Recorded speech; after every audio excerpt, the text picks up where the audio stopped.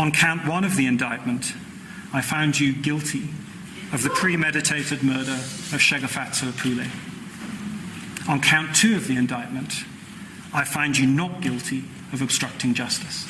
Go rotile megogo ya kimologo ge Kgorotsheko ya Johannesburg e ahlola Shoba morago ga tsheko e gagapilego mengwaga e 2 le kgwedi moo go biditšwego dihlatse tše 13. Kgoro e kwana le bohlatse jo bo adilego ke mmolai Mzikayise Malephane. Malephane o goga sekwebo sa mengwaga e 20 ka go dira bosula joo jwa go bolaya Tshegofatso Pule. The strategy was first get Malephane so that we can get through to Shoba. But then we needed witnesses to corroborate what Malephane was going to say in court. Balapa ba imologile. We are very satisfied with the judgment. Look, Tshegofatso is no more.